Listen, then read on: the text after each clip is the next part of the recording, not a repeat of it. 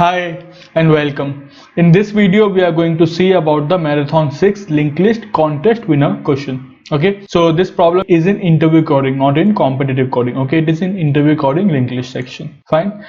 So let's read the question and then try to solve it. So the problem says that PrepBytes organized a contest and a total n participants participated in the contest. Fine. All the participants assigned a unique ID from 1 to n. Okay. So after the contest finished, PrepBytes wants to give the prize to the participant who got the maximum score. But he is not able to decide who is the winner because every participant got the same score. So PrepBytes decide to first arrange all the participants' IDs in a circle, then eliminate the mth participant until only one participant is left. So if we have let's say 1 2 3 4 5 6, okay, something like this, 1 2 3 4 5, okay, and it is told that m value is 3. So each and every time the third participant is removed. Fine. And once we remove the third participant, the next counting starts from m plus 1 position.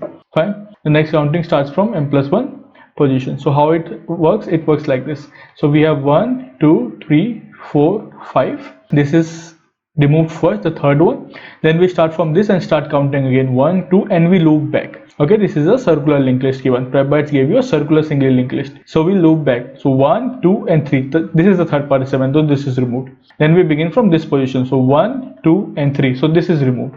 Okay, then we loop back and this is the position we again begin from. So 1 2 3. So this is removed.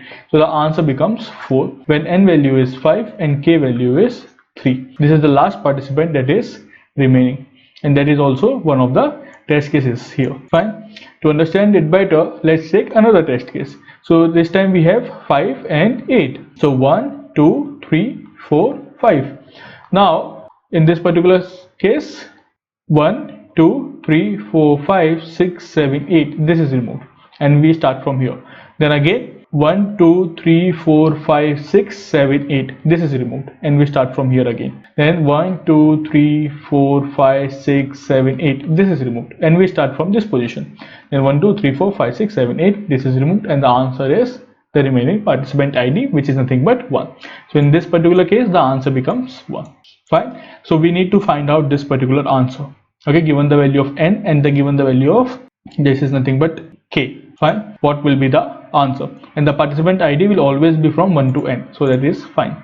Okay. So the brute force approach I think is pretty clear here, that the thing that I have explained in the sample test cases, that is a brute force approach. That means we have a linked list. Fine. Each and every time this is a circular linked list that we are having. Okay. So what we will be doing, each and every time deleting the mth element, then again starting. So this will contain two loops, again starting with the n plus 1 position and then again looping back till we find the mth value again, then deleting it and repeating itself. Fine. So this problem is actually known Josephus problem. Okay, it is a popular problem, Josephus problem. Fine. So we will denote the function that this uses as j of n comma k. When our n value is given to us, our k value is given to us, what the value it will return. Fine. So suppose our n value is 5 and k value is 3. So in this particular case we have 1 2 3 4 5. Fine. And this is removed, the third element is removed. It will give me that the third index is removed. So now we have to perform the same thing. We have to perform the exact same thing with n minus 1 element, that is 4 elements. Correct. One element is removed, so we have to perform the same thing now with n minus 1 elements, and k is this, and the elements are 1 2 4 5. Fine. So do we begin with 4 or do we begin with 1? We begin with 4. So we have to take care of this point, because if we begin with 1, so the element that is removed is 4, but this is not the case. Correct. So for this particular scenario we need to take care of this point, that when we have j of n minus 1 comma k, that means we have removed 3 and we have now again called the function of j of n comma k. Now we have one less element with us. Okay, and if we do the similar thing what we did in this particular case, in that case we will get a wrong index to be deleted. Fine. So now if we call this function same as this is the value that it says it needs to be deleted. But remember that we need to also consider the case that the next element is from the m plus 1th element. So it is nothing but k plus k mod n plus 1 element. the next index is derived by this, correct? How? K value is nothing but 3. 3 mod 5 plus 1 will give me the answer as 4. Okay, so the next element starting will be from the 4. Fine. So this equation needs to be handled. The written value should not be just the value written by this, but this also needs to be handled. Fine, because it considers k mod n plus 1. It considers k mod n plus 1. Fine, but we have to check it. We have to handle it. So it is nothing but j of n minus 1 comma k plus k minus 1 mod n plus 1 to handle this. Now we can see this using our brute force approach. Using our brute force approach is we create a table. Okay, for n equals to 1, for n equals to 1, k equals to 1. What is the answer? For n equals to 1, k equals to 1. The answer is nothing but 1. For n equals to 1 and k equals to 2, the answer is still 1 because a single element cannot be deleted.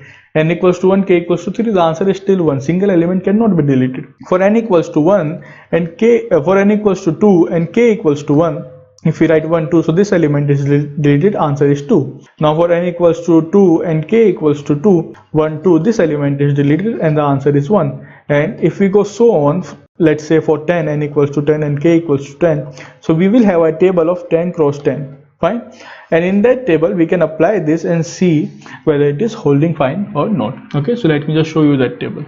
So this is the table from n values are here. So these are n values. Okay, here n values and these are k values. So for n equals to, let's say, 5 and k value equals to 8, the answer comes out to be 1. This we have seen. Correct. So let's use this table. Now you can form this table first and then find this as a pattern in this particular table. Okay, so obviously if we do for n equals to 5 and k equals to 8, so j equals to 5 comma 8, it will be nothing but j equals to 4 comma 8 plus k value is 8 plus 7 mod 5 plus 1. Now we need the value of j equals to 4 comma 8. So we go to j equals to 4 comma 8. J equals to 4 comma 8 in this particular table is nothing but 3. So if we substitute, we get 3 plus 7 mod 5 plus 1. So it is nothing but 10 mod 5, which is 0. 0 plus 1 will give me a value as 1. So j of 5 comma 8 will become 1 here, like this. You can similarly calculate for j of 4 comma 8. Now j of 4 comma 8 will be nothing but j of 3 comma 8 plus 7 mod 5 mod 4, because n value is 4 plus 1. Okay, now what is j of 3 comma 8? J of 3 comma 8 is nothing but 3. So 3 plus 7 mod 4 plus 1. So 10 mod 4 is nothing but 2. 2 plus 1 will give me a value of 3. So therefore j of 4 comma 8 becomes 3.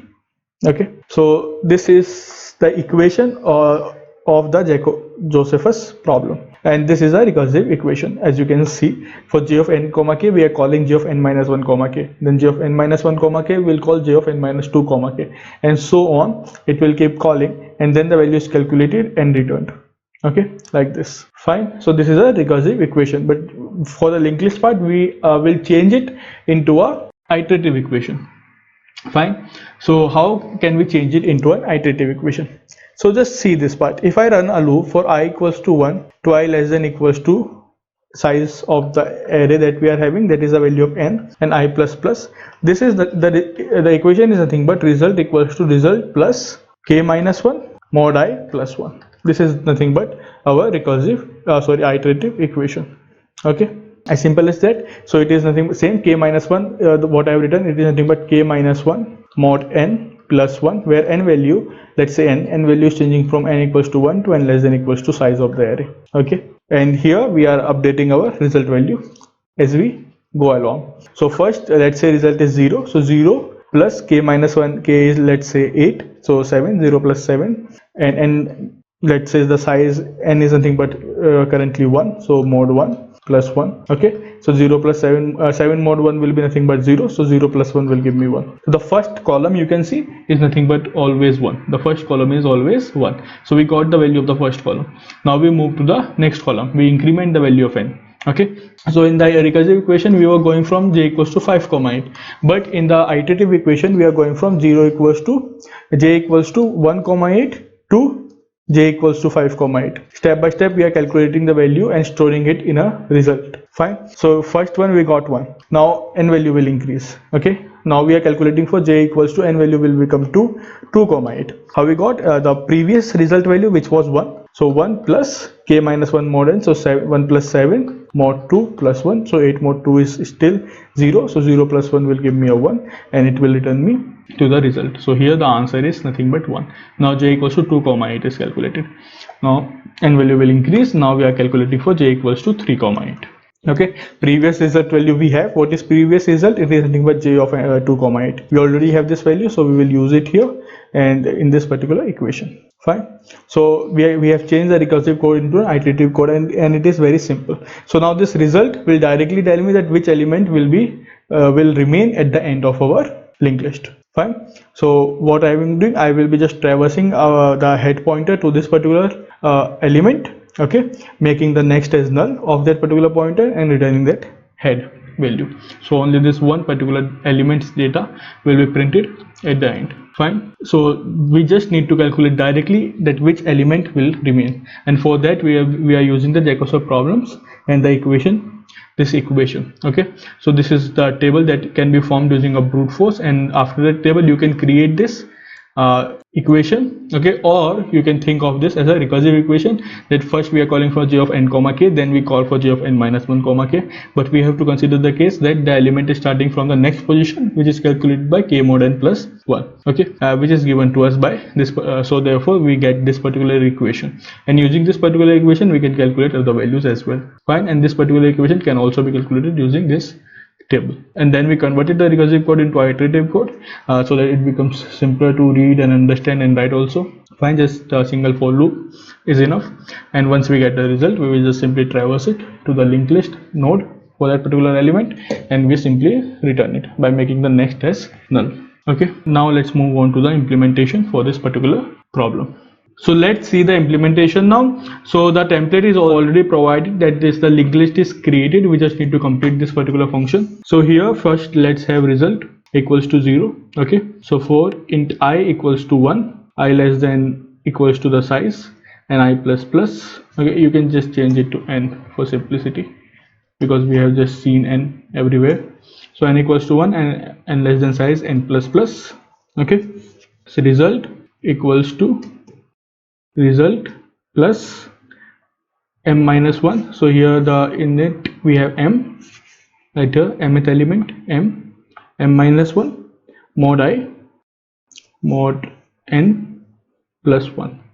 Fine, because we are not using I right now, we are using n. So this is the equation. Okay, now we got the result. So also if the size is equal to 1, we can actually write it before this particular one. We will simply return head. Okay, because if size is 1, so that means the head is the element. Okay, 4, now I have to move to that position. So int I equal to 1, I less than result, and I plus plus, head equal to head of next. Fine. Once we reach head equals to head of next, we do not need any other element after this, so head of next becomes null. Okay, head of next becomes null, and we will return our head. Fine. So this is nothing but the simple code. Let's just copy paste it and run it. So let's just submit it here, because we just need to copy paste this part, else everything is inside the template. Okay, so let's see the result, and the code is accepted. Fine. So this was the question of the contest win. Thank you.